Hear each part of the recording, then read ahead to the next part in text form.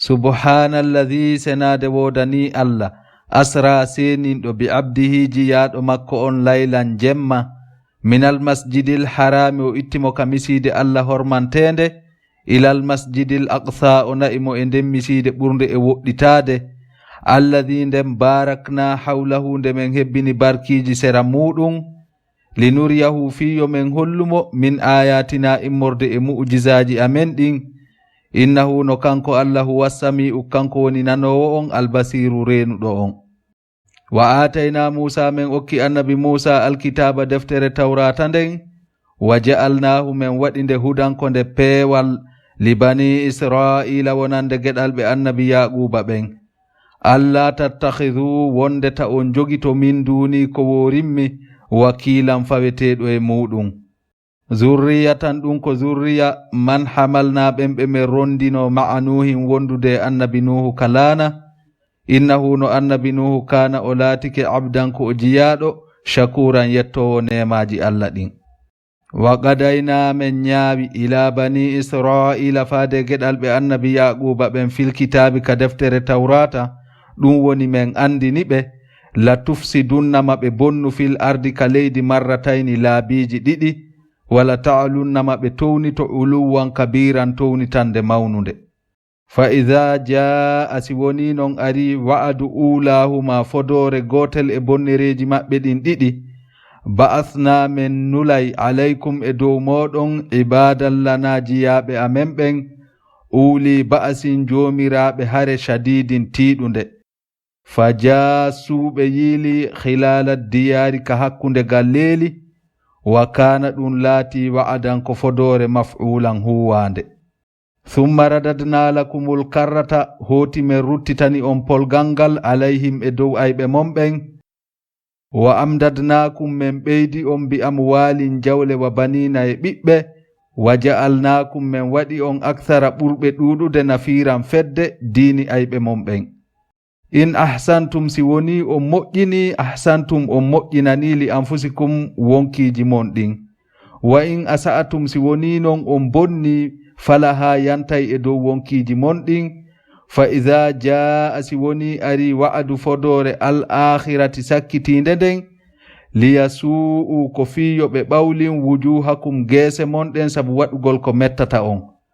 walli yadkhulul masjida fiyo ɓe naatu ka juulirde kama dakhaluhu wano ɓe naatirno non e juulirde nden awwala marratin ka arande laawol wali yutabbiru fiyo ɓe yirbin ma alaw ko ɓe heɓi kon feere muɗum tatbiran hattirde e yirbingol. Asa rabbukum hawnaki joomi moɗon an yarhamakum nde o hinnoto on ɓawti ko tuubuɗon kon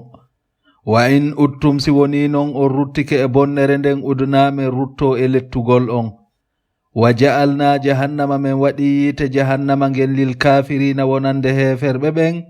hasiran nokkure kaɓe soko. Inna hadha alqur'ana anduno nde e alqur'anare yahdihi nde fewna lillati e ngol laawol hiya aqwam ɓurgol e ñiiɓude wa yubashiru lmu'minina hinde wewlinira ɓen gomɗinɓe alladhina ɗum ko ɓen ya'maluna salihati golluɓe golleeli moƴƴi yamiraɗi anna lahum wonde no woodani ɓe ajiran kabiran joddi mawnundi wa anna alladhina wonde no ɓen la yu'minuna bil akhirati ɓen ɓe gomɗina lahara on a'tadna lahum men hebilani ɓen ɗon azaban aliman lette muusuɗe. Wa yad'ul insanu neɗɗanke on no toro bisharri bone du'aahu wana o tororanta non hoore makko bil khayri moƴƴere wa kana al insanu laatike neɗɗanke on a juulanko o hawjuɗo. Wa ja'alna al-layla men waɗi jemma on wanna haara e ñalorma on ayatayni maandeji ɗiɗi famahawna men mehi ayatal layli maande jemma on wa ja'alna men waɗi ayatan nahari maande ñalorma on mubsiratan feeñuɗo litabtaghu fadlan fiyo on ɗaɓɓu arsike min rabbikum immorde ka joomi moɗon walita'lamu fiyon andu adada sinina limore duuɓi wal hisaba e sa'iji ɗin wa kulla shay'in kala hunde fassalnahu men fensiti ɗum tafsilan hattirde e fensutugol wa kulla insanin kala neɗɗanke alzamnahu men waɗɗinimo ta'irahu talkuru makko ndun fi unuqihi ka dande makko wa nukhriju lahu men yaltinanaymo ndu yawmal qiyamati nyande darngal kitaban ko windandu yalqahu o hawra e mayru manshuran hara ko fontindu. Iqra'a kitabaka o wi'ane jangu talkuru mandum kafa bi nafsika yonanima wonki makin alyawma hande alayka e dow maɗa hasiban ko hasbete. Man ihtada goto wo fewɗo fa innama yahtadi andu ko o fewani li nafsihi ko wonande wonki makko kin. Wa man dalla kala non o majjuɗo fa innama yadillu ande ko o majji kon alayha yantay e dow wonki kin. Wala taziru rondetake waziratun wonki wizra ukhra dongal bakkatu wokki go'o. Wa ma kunna min siforali mu'adhibina lettayɓe hatta nab'atha hande men neli tawo rasulan nelaɗo. Wa idha aradna si woni non men fandike an nuhlika nde men halkata qariyatan yimɓe saare amarna men yamiray mutra fiha e alɗiniɓe saare nden fa fasaqu fiha ɓen fasonqina ka saare ton ɓe yalta e ɗoftare jooma. Fa haqqa alayha waɗɗo e dow yimɓe saare nden alqawlu konngol lette ɗen. Fa dammarnaha men yirbina saare nden tadmiran hattirde e yirbingol. Wa kam ahalakna heewiɓe men halki minal quruni immorde e gireeli feƴƴunoɗi min ba'di nuhin ɓaawo yimɓe annabi nuhu yedduɓɓen halkeede. Wa kafa bi rabbika yonanima joomi maɗa bi dunubi ibadihi wonande junubaji jiyaɓe makko ɓen khabiran humpitiɗo basiran reenuɗo. Man kana kala on laatiɗo yuridul ajilata mo fandori golle makko ɗen gollangol aduna ajjalna lahu men yaccinanaymo ɗum fiha ka aduna ma nasha'u konko men faala liman nuridu wonande on mo men faala. Thumma ja'alna lahu hoti men waɗanamo jahannama yiite jahannama ngen yaslaha o naata e magge mazmuman hara ko o ŋiñaɗo madhuran raɗaɗo woɗɗintina yurmede Allah nden. Wa man arada kala on fandorɗo golle mum ɗen al akhirata gollangol lahara wa sa'alaha o gollani lahara sa'ayaha golle makko ɗen wa huwa hara kanko mu'minun ko o gomɗinɗo Allah fa ulaika no ɓen ɗon kana laatike sa'ayuhum golle maɓɓe ɗen mashkuran ko weltoraɗe jaɓeteɗe ka Allah. Kullan kala e ɓeeɗo namuddu meɗen ɓeydana ha'ula'i fandorɗo golle mum ɗen ka aduna wa ha'ula'i e fandorɗo golle mum ɗen ka lahara min ata'i rabbika ko immorde e dokke joomi maɗa wa ma kana wonali ata'u rabbika dokke joomi maɗen mahazuran ko haɗeteɗe hay e gooto. Unzurtini kayfa faddalna baadino men ɓurdindiniri ba'dahum yoga maɓɓe ala ba'din e dow yoga. Walal akhiratu mi wondi ko saare lahara nden non akbaru ɓuri mawnude darajatin darjaji wa akbaru ko kayre ɓuri mawnude kadi tafdilan ɓure. La taj'al wota a waɗu ma allahi wondude Allah ilahan akhara reweteɗo go'o fataquda hande joɗotoɗa mazmuman ko a ŋiñaɗo mahzulan tertaɗo. Wa qada rabbuka joomi maɗa o yamiri alla ta'budu wonde wota o rew illa iyahu si wona faade e makko wa bil walidayni wonande jibinɓe on ɓen ihsanan moƴƴoɗon e maɓɓe hattirde e moƴƴagol. Imma yablughanna si woni yottike indaka ka maɗa alkibara nayewu ahaduhuma goɗɗo e maɓɓe aw kilahuma maɗum ɓe ɗiɗo kala fala taqul lahuma wota a wi'amɓe uffin of e moɗon wala tanharhuma wota a ñaaɗamɓe ñiddinaɓe wa qul lahuma wi'amɓe qawlan kariman konngol labangol newingol wakhfid lahuma jippintinanaɓe janaha zulli beccene waare minar rahmati immorde e yurmingol ɓe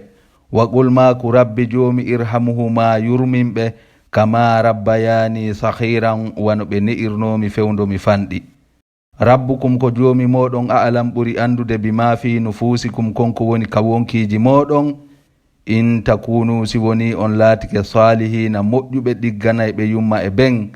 fa innahu no kanko Allah kana o sifori lil awwabina wonande ɓen tuubay ɓe rutto ghafuran ko hafranoɓe bakkatuji maɓɓe ɗin.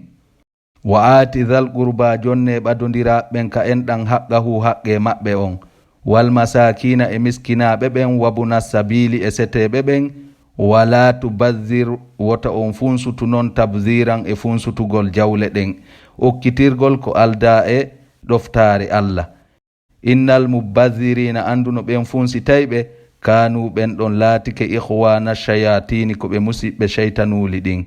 wa kana shaytanu laatike non kanko shaytani li rabbihi wonande joomi makko kafuran ko o sattuɗo dullirgol nemaji makko ɗin. wa imma tu'ridanna anhum si woni a ɗurnike gaye okkorgol ɓe jantaɓe ɗo o sabu angal marugol ibtigha rahmatin a yahi ɗaɓɓoygol arsike min rabbika immorde ka joomi maɗa tarjuha mo tamƴiniɗa heɓugol ɗum fagullahum ma kamɓe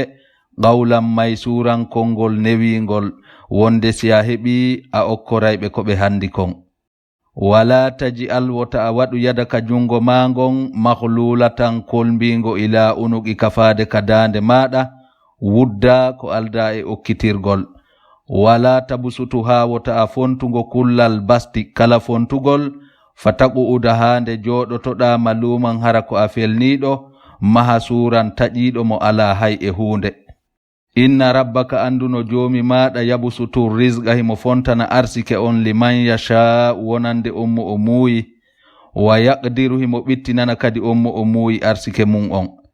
innahu no kanko allah kana o sifori bi ibadihi wonande jiyaɓe makko ɓen habiran ko humpitiɗo basiran ko o reenuɗo. wala taqtulu wota on waru awladakum ɓiɓɓe mon ɓen khashyata imlaqin ka kulol basal nahanu ko menen narzuquhum woni ko arsikataɓe wa iyakum e onon tigi inna qatlahum anduno warugol ɓe kana ɗum laatike ghit an ko bakkatu kabiran mawnuɗo. wala taqrabu zina wota on ɓatto pankareji zina innahu no ɗum kana laatike fahishatan ko pankare wa sa'a sabilan e laawol bongol. wala taqtulun nafsa wota on waru wonki allati kin harrama allahu ki allahu on harmini warugol illa bil haqqi si wona e hoore goonga ko yaadi e sariya on. wa man qutila kala non on waraɗo mazluman hara o tooña faqad ja'alna gomɗi men waɗani li waliyihi ronayɓe moɓen sultanan doole fi yottagol fala yusrif hara o fantinali fil qatli ka wargol innahu no kanko kana o laatike mansuran ko o wallaɗo sabu sariya on ko yamirimo kon yottagol. wala taqrabu wota on ɓatto maalal yatimi jawle alyatima illa billati si wona on none hiya ahsanu hara ko ɓurɗo e moƴƴude hatta yabluha hande o yotti asuddaw e cembe sagatalaku makko wa awfu hunne kadi bil ahdi ahadiji ɗin innal ahda ande no ahadi ndin kana laatike mas'ulan ko landiteteɗum. wa awful kayla timmine ete ɗen idha kiltum si woni hiɗon etude wazinu etire bil qistasil mustaqimi etirgal nunɗugal fotondirgal zalika koko jantaɗo khayrum ɓuri moƴƴude wa ahsanu ko ɗum ɓuri moƴƴude ta'wilan battane. wala taqufu wota a jokku ma laysa laka bihi ilmun konko andal ala nama e muɗum inna sam'a anduno nanɗe ɗen wal basara e giiɗe ɗen wal fu'ada e ɓernde nden kullu ulaika kala ɗi jantaɗi ɗo kana laatike anhu gay e muɗum mas'ulan ko landiteteɗum. wala tamshi wota a yahu fil ardi ka hoore leydi marahan e bungugol leeƴo innaka no an lan tahriqal arda a tufata leydi ndin walan tablugal jibala a hewtitota ko pelle ɗen tuulan jundi. kullu dhalika kala ko jantaɗo kana laatike sayyi'uhu bone mum on inda rabbika ka joomi maɗa makruhan ko anyaɗum.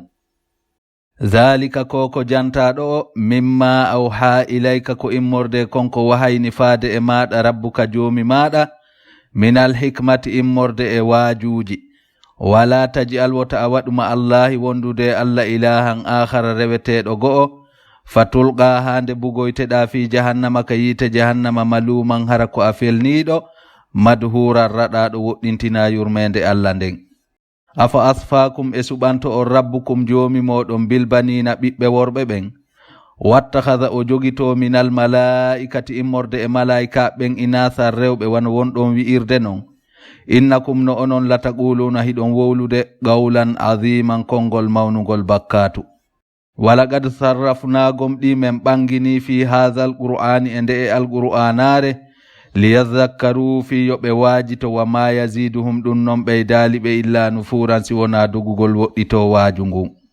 Qul maako yo nelaaɗo law kana sindo laatino ma'ahu wondude Allah alihatu reweteɗi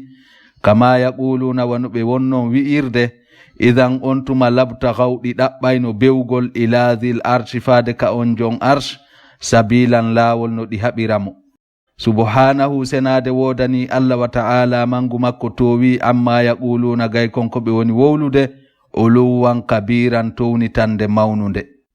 Tusabbihu lahu hino subbun hinande Allah as-samawatu sab'u kammuli ɗin jeɗɗi wal ardu e leydi ndin wa man fihinna e konko woni e majji.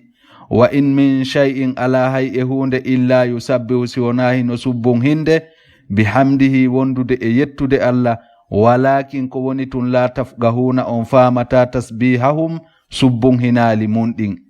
Innahu no kanko Allah kana o sifori haliman ko o muññiɗo gay e tippingol lette ɗen e dow mo on ghafuran ko o hafrowo bakkatu wonande on tubuɗo rutti. Wa idha qara'ata al-qur'ana si woni hiɗa jangude al-qur'anare nden ja'alna men waɗi baynaka hakkunde maɗa wa baynal ladina e hakkunde ɓen la yu'minuna bil akhirati ɓen ɓe gomɗina lahara on hijaban heedo masturan heedaygo hakkunde ma e maɓɓe. Wa ja'alna men waɗi ala qulubihim e dow ɓerɗe maɓɓe ɗen akinnatan on baale an yafqahuhu nde ɓe famata qur'ana on wa fi adhanihim men waɗi kadi ka noppi maɓɓe waqran teddele pahu. Wa idha zakarta rabbaka si woni a jantike inde joomi ma nden fil qur'ani ka nder alqur'anare wahdahu kanko tun yo o rewe wallaw ɓe huccita ala adbarihim e dow ɓabbe maɓɓe ɗen nufuran haray ɓe doga woɗɗito waaju ngun. Nahanu jooma daali ko menen a'lam ɓuri andude bima yastami'una bihi konko ɓe woni heɗitade ɗum idh yastami'una ilayka tumande ɓe heɗitotono faade e maɗa wa idh hum e tumande tawi kamɓe najwa hiɓe sowdodira idh yaqulu dhalimuna tumande wi'ayno ɓen toñirɓe keferu in tattabi'una on ala jokkude illa rajulan si wona gorko mashuran bilɗaɗo. Unzurtini kayfa darabu laka mbaadino ɓe waɗiranma al amthala ɗe e mise fadallu ɓe majji fala yastati'una ɓe taganaka sabilan jokkugol laawol peewal. Wa qalu ɓe wi aidha kunna enesi men laatike idhaman ƴi'e waru fatan hara ko wuɗuɗe a inna no menen lamab'uthuna ko men immintinteɓe khalqan jadidan men wonta tagu hesu. Qul maako yo nelaaɗo kunu laate hijaratan kaaƴe aw hadidan ma janɗe aw halqan ma tagu mimma yakburu immorde konko ɓuri mawnude fi sudurikum ka ɓerɗe mo on feere wo ala on immintinte. Fasayaquluna aray ɓe wi'a man yu'iduna hombo filloto tagu amen ngun. Qulilladhi ma kamɓe ko on fatarakum sincuɗo tagu mon ngun awwala marratin ka laawol aranol. Fasayunghiduna aray ɓe hayla ilayka faade e maɗa yo nelaaɗo ru'usahum ko e maɓɓe ɗen. Wa yaquluna ɓe wi'a mata huwa ummutangal ko hende tuma. Qul maako yo nelaaɗo asa hawnaki an yakuna nde ummutangal laatoto qariban ɓattingal. Yawma yad'ukum janto nyande Allah noddata on fatastajibuna notoɗon bihamdihi wondude e yettudemo watazunnuna felliton illa bistum wonde on nyiɓaali e aduna illa qalilan si wona seeɗa. Wa qul maako yo nelaaɗo li ibadi wonande jiyaɓe am ɓen yaqulu yo ɓe wi'an heferɓe ɓen allatingol kongol hiya ahsanu ɓurgol e moƴƴude. Inna shaytana anduno shaytane yanzahu himo bonna baynahum hakkunde maɓɓe. Inna shaytana anduno shaytane kana o laatike lil insani wonande neɗɗanke on aduwan ko o gaño mu binan ɓanginɗo ngaygu. Rabbukum joomi moɗon a'lamu bikum ɓuri on andude hoore moɗon. In yasha'a simo yiiɗi yarhamukum o yurmina on aw in yasha'a ma simo yiiɗi yu'adhibukum o letta on. Wama arsalnaka men neliralima yo nelaaɗo alayhim e dow maɓɓe wakilan ndeeno. Wa rabbuka joomi maɗa a'lamu woni anduɗo biman fi samawati ɓen wonɓe ka asma'uji wal ardi e ka leydi. Walaqad faddalnagum ɗi men ɓurdindini ba'dan nabiyina yoga e annabaɓen ala ba'din e dow yoga. Wa atayna Dawuda men okki annabi Dawuda zaburan deftere zabura. Gulmaku yonelaɗo udu alladhina noddeɗin sanamuji maɗum ɓen yimɓe za'amtum ɓe wonɗon fenude wonde ko reweteɓe min dunihi ko woori Allah. Fala yamlikuna ɓe wawata kashfa durri ittugol lorra on ankum gay e moɗon wala tahwilan wona waylugol. Ulaika alladhina ko ɓen woni ɓen yad'una wonɓe rewde Allah yabtaghuna hiɓe ɗaɓɓa ila rabbihim faade ka joomi maɓɓe alwasilata yottorgal. Ayyuhum ko hombo e maɓɓe aqrabu ɓurata ɓattorde Allah dewal wa yarjuna hiɓe tamƴini rahmatahu yurmende makko nden wa yakhafuna hiɓe huli azabahu lette makko ɗen. Inna azaba rabbika anduno lette joomi maɗen kana ɗe laatike mahazuran ko renteteɗe e muɗum. Wa in min qaryatin ala e yimɓe saare yedduɓe illa nahnu si wona menen muhlikuha men halka yimɓe saare nden qabla yawmil qiyamati ko adi nyande darngal. Aw mu'adhibuha ma men letta yimɓe saare nden azaban shadidan lette sattuɗe. Kana dhalika ɗum ɗon laatike fil kitabi ka lawhil mahfuz masturan hino winda. Wa ma mana'ana haɗali men an nursila nde men jippinta bil ayati ɗi mu'jizaji illa an kadhaba biha si wona tawde fennino ɗi al awwaluna ɓen aramɓe ɓe letta ɓawti muɗum. Wa atayna thamuda men addani yimɓe annabi salihu ɓen annaqata ngeloba mbam mubthiratan ko feeñumba. Fadhalamu biha ɓe toñiri mba soppugol mba waramba men letti ɓe ɓawti muɗum. Wa ma nursilu men jippinirali bil ayati ɗi mu'jizaji illa takhwifan si wona hulɓinirɗum jiyaɓe ɓen fiyoɓe rew Allah. Wa iz qulna laka jantituma nde men dalanno mayo nelaɗo inna rabbaka anduno joomi maɗa a haata himo huɓindi binnasi wonande yimɓe ɓen. Wa ma ja'alna men waɗirali arru'yangol koyɗol allati araynaka ngolngol men holluma e hoore goonga illa fitnatan linnasi si wona jarrabuye wonande yimɓe ɓen ɓe gomɗina ɓe male maɗum ɓe yedda ɓe lette. Washajaratal mal'unata e ngal leggal huɗangal nyamayɓe ɗungal fil qur'ani jantangal fi muɗum ka alqur'ana men waɗirali ngal kadi si wona jarrabuye wonande yimɓe ɓen. Wa nukhawwifuhum meɗen hulɓina ɓe fama yaziduhum kono ɗum ɓeydali ɓe illa toghyanan si wona bewre kabiran mawnude. Wa idh qulna jantituma nde men dalanno lil malaikati wonande malaika ɓen isjudu sujjane li adama annabi adama. Fasajadu ɓe sujji illa iblisa si wona iblisa qala o wi'i a asjudu emi sujjanay liman khalaqta wonande on mo taguɗa tinan e loopal.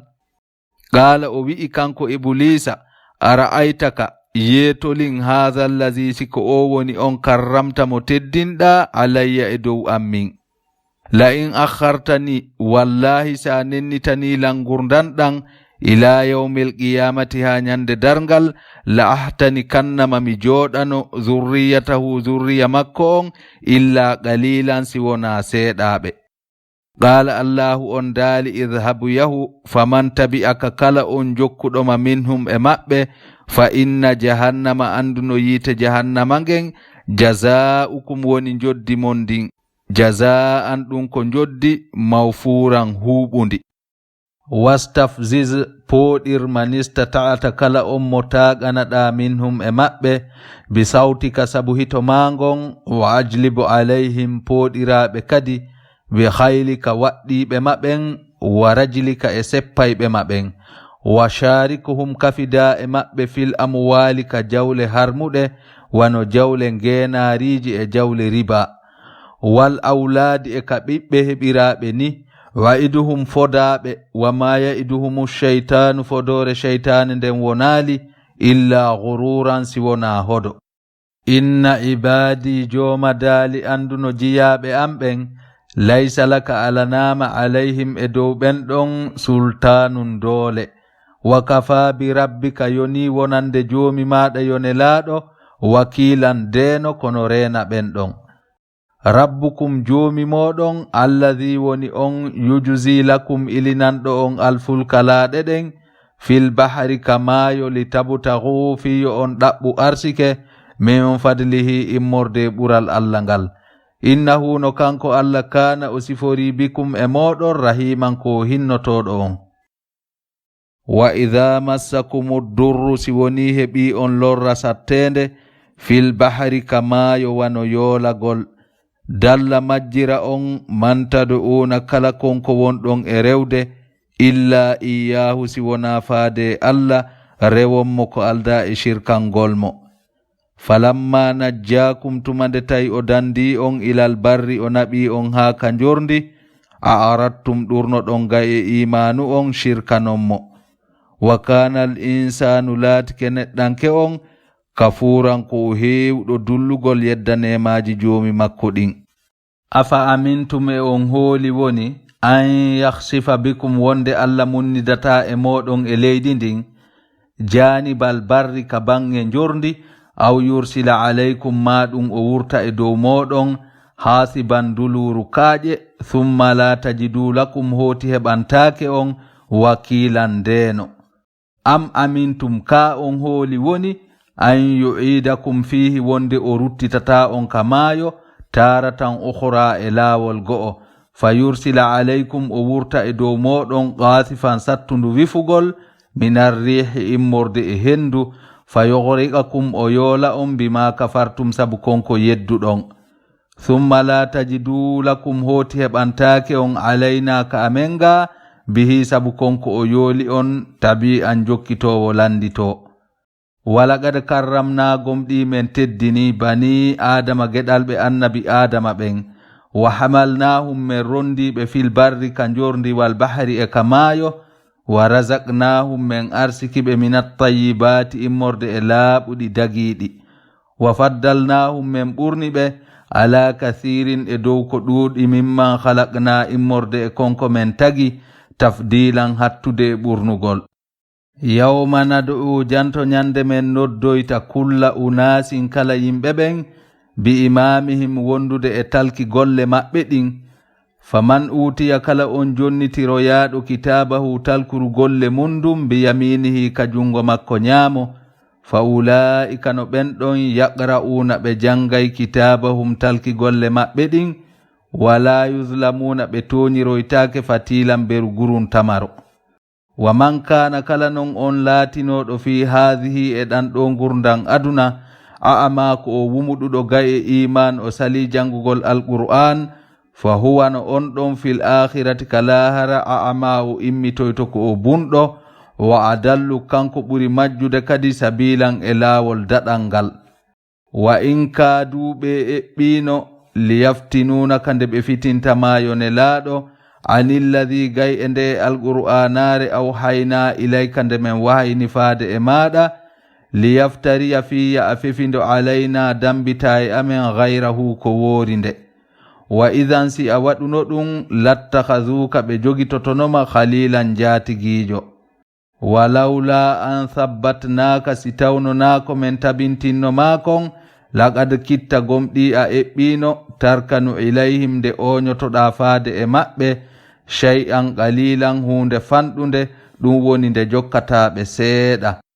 Idan si a waɗuno ɗum la azaqnaka men meɗinteno de'ifal hayati lette ka gurdan wa de'ifal mamati e lette ka mayde thumma la tajidu laka hoti heɓantanokema alayna ka amenga nasiran wallowoma. Wa in kaduɓe alyahudaɓe madina ɓe eɓɓi la yastafizunaka nde ɓe dillintama ɓe raɗomayo ne laaɗo minal ardi immorde ka leydi madina li yukhrijuka fiyo ɓe yaltine minha ɓe itte ka leydi madina ɓe naɓirama sham. Wa idan si ɓe waɗuno ɗum la yalbathuna ɓe ñiɓatano khilafa ka ɓaawo maɗa illa qalilan si wona seeɗani. Sunnata ɗum ko aada man qad arsalna e ɓenɓe men nuluno qablaka ko attimayo ne laaɗo min rusulina immorde e nelaaɓe amen wallugol ɓe dandaɓe halka ayɓe maɓɓe ɓen. Wala tajidu a heɓantali sunnatina aada amen on tahwilan waylowo. Aqimi salata ñinno julde nden liduluki shamsi ka dirtugol nange ngen ila ghasaqil layli ha ka tumbere jemma on ɗum woni fana alansara futuro e geeƴe ɗen wa qur'ana alfajiri e julde subaha nden inna qur'ana alfajiri anduno julde subaha nden kana nde laatike mashhudan ko seeditoytende wa minal layli immorde e jemma on fatahajjad bihi juulir alqur'an nafilatan laka ko ɓeydaari wonandema asa hawnaki non an yab'athaka nde immintintama rabbuka joomi maɗa maqaman mahmudan e darnde yettininde wa qul maku yonelaɗo rabbi joomi adakhilni nadan ka saare madina mudkhala sidiqin natirgal gomɗungal wa akhrijini yaltinami ka saare makka mukhraja sidiqin yaltirgal gomɗungal waji alli waɗana min ladunka immorde kamaɗa sultanan dalil nasiran ballo wa qul maku yonelaɗo jaa alhaqqu gonga on ari ɗum woni l'islam wa zahaqa albatilu keferu ngun boni innal batila anduno keferu ngun kana ngu laatike zahuqan ko yeebotongu wa nunazzilu meɗen jippina min alqur'ani immorde ka alqur'anare ma huwa konko tawata shifa'un ko lekki ittay neɗɗo on e majjere nden wa rahmatun ko yurmende lil mu'minina wonande ɓen gomɗinɓe Allah wala yazidu zalimina kono ɗum ɓeydaali ɓe toñirɓe keferu illa khasaran si wona halakuye wa idha an'amna si woni men nemini alal insani e dow neɗɗanke kefeero on a arada o ɗurno o shirkana Allah wa na'a o woɗɗintina bi janibihi becce makko ɗen wa idha massahu si woni heɓimo asharru sattende kana o laato ya'usan ko o taƴiɗo yurmende Allah nden qul maako yonelaaɗo kullum kala e meɗen ya'malu no gollude ala shakilatihi e laawol mu'um fa rabbukum ko joomi moɗon a'lam ɓuri andude biman huwa on wonɗo ahada feewuɗo sabilan e laawol peewal ngal wa yas'alunaka e ɓe fawma landade yonelaaɗo anir ruhi gay e wonki qulir ruhu ma kamɓe wonkikin min amri rabbi ɗum ko immorde e fiyaake joomi an wa ma utitum on okkaka minal ilmi immorde e andal ngal illa qalilan si wona seeɗani wala in shi'ina si hawri meɗen yiɗuno lanadhabanna men naɓayno billadhi nde alqur'anare aw hayna ilayka nde men wahayni faade e maɗa yonelaaɗo thumma la tajidu laka hooti heɓantake ma bihi e on qur'ana mo men naɓi alayna e amen wakilan ndeno mono renani ɗum illa rahmatan si wona ɗum ko yurmende min rabbika immorde ka joomi maɗa tabintingol qur'ana on ka fondo maɗa yonelaaɗo inna fadlahu anduno ɓural Allah ngal kana laatike alayka e dow maɗa kabiran ko mawnu ɗum gol maako yonelaaɗo la iniji tama'atil insu si woni yimɓe ɓen fof moɓodiri wal jinnu e jinnaji ɗin ala an ya'atu e hoore nde ɓe addata bi misli hadha alqur'ani sifa nde ɗo alqur'anare la ya'atuna ɓe addata bi mislihi yeru mayre walaw kana haysi tawi laatike non ba'duhum yoga maɓɓe li ba'din wonande yoga zahiran ko wallidiray ɗum walaqad sarrafna gomɗi men ɓangini linnasi wonande yimɓe ɓen fi hadha alqur'ani e nder nde ɗo alqur'anare min kulli masalin immorde e kala mise ɗen fa aba kono sali aktharunnasi ko ɓuri hewde e yimɓe heferɓe ɓen illa kufuran si wona ɓe dulliri nemaji Allah ɗin ɓe yeddi wa qalu ɓe wi'i lan nu'mina laka men gomɗintama yonelaaɗo hatta tafjura lana ha ɓullitanamen minal ardi immorde ka leydi makka ɗo o yambu am ɓulli aw takuna laka maɗum laatanoma jannatun naako min nakhilin immorde e tamaroje wa inabin e inabuje fatufajjiral anhara ɓullita canɗi khilalaha ka hakkunde naako tafjiran hattirde e ɓullutugol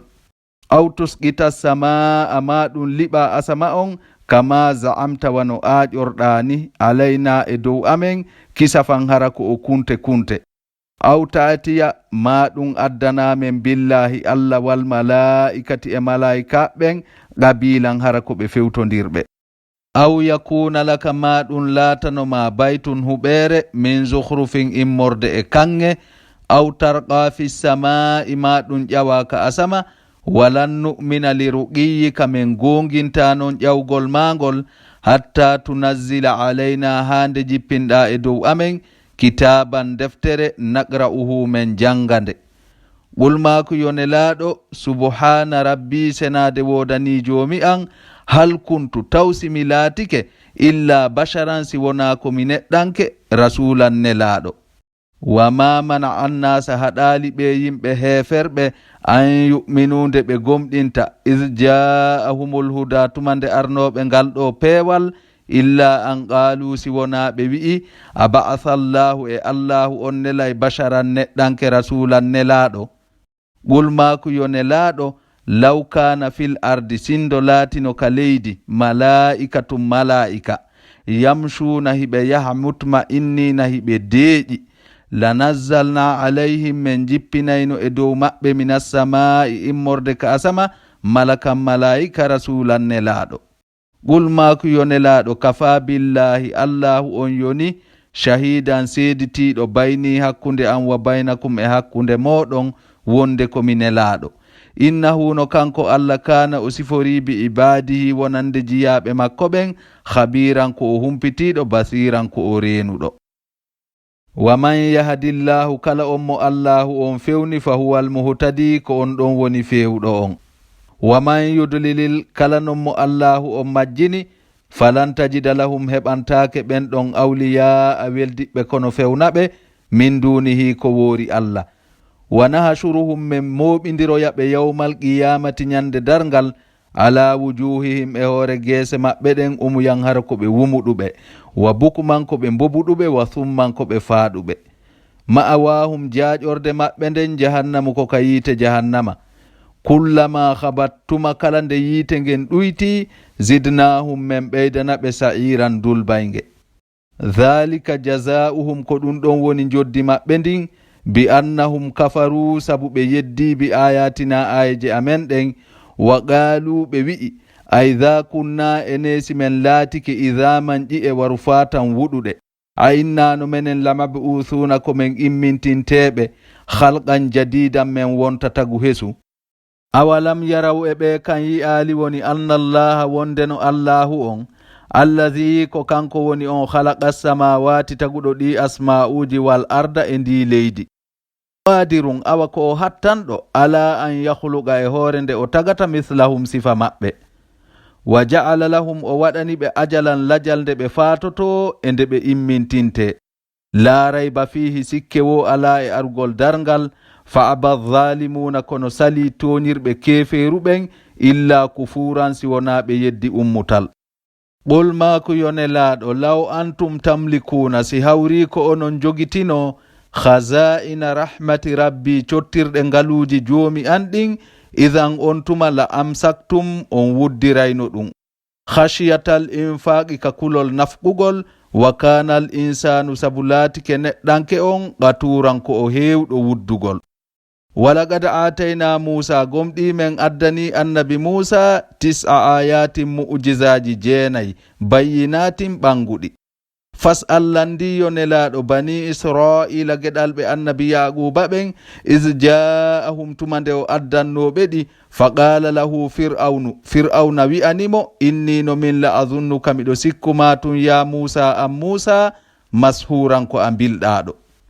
Qala annabi Musa maki laqad alimta gomɗi hiɗa andi ma anzala haula jippinali ɗiɗo mu'jizaji illa rabbu samawati si wona on jeyɗo asma'uji ɗin wal ardi e leydi ndin basaira ko ɗi tasakuye wa inni no min la azunnuka miɗo sikkuma ya fir'aunu an fir'auna masburan ko a halketeɗo. Fa arada fir'auna faala an yastafizzahum nde o dillinta ɓe o yaltina ɓe minal ardi immorde ka leydi misra fa akhraqnahu men yoolimo kanko fir'auna wa man ma'ahu e kala ɓen wonduɓe e makko jami'an ɓe dendangal. Wa qulna men daali min ba'di ɓaaw ko men yoolimo kon kanko fir'auna li bani israila wonande geɗal ɓe annabi yaquba ɓen uskunul arda hoɗe ka leydi misra ɗo fa iza jaa si woni non ari wa'adul akhirati fodore sakkitinden ɗum woni dargal ji'ina bikum men adday on lafifan on fow moɗon wa bil haqqi ko e gonga anzalnahu men jippini alqur'anare nden wa bil haqqi ko e hoore gonga nazala woni ko nde jippi wa ma arsalnaka men nuliralima yonelaɗo illa mubashiran si wona ko a wewlinirowo gomɗinɓe natal aljanna wa naziran e hulɓinirowo heferɓe natal yiite wa qur'anan ko nde jangetende farraqnahu men serdinde ɗum woni men jippiniri nde seeɗa seeɗa li taqra'ahu fiya a jangunde alannasi e dow yimɓe ɓen ala makusin e hoore no newori wa nazzalnahu men jippini nde tanzilan hattirde e jippingol